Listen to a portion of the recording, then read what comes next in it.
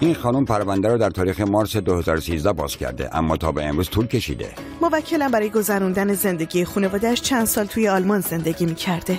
برای همینم آدرسش مشخص نبوده و نتونستن احضاریه رو براش ارسال کنن. البته خیلی خوب شد چون تصمیم گرفتن دوباره از نو شروع کنن. موکلتون برگشتن که بمونن؟ بله، برگشتن و میمونن.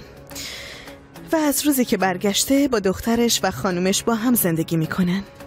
اگر موکلتون از جدایی منصرف شده چرا در دادگاه حضور پیدا نکرده؟ بیاد و علنا درخواست بده. قربان میخواست بیاد ولی دخترشون مریض شد، چون کسی رو نداشتن که ازشون مراقبت کنه نیومد. البته همیشه نظر دادگاه برای اینه که خانواده‌ها از هم نپاچن، البته به شرط اینکه خوشبختی حکم فرما باشه.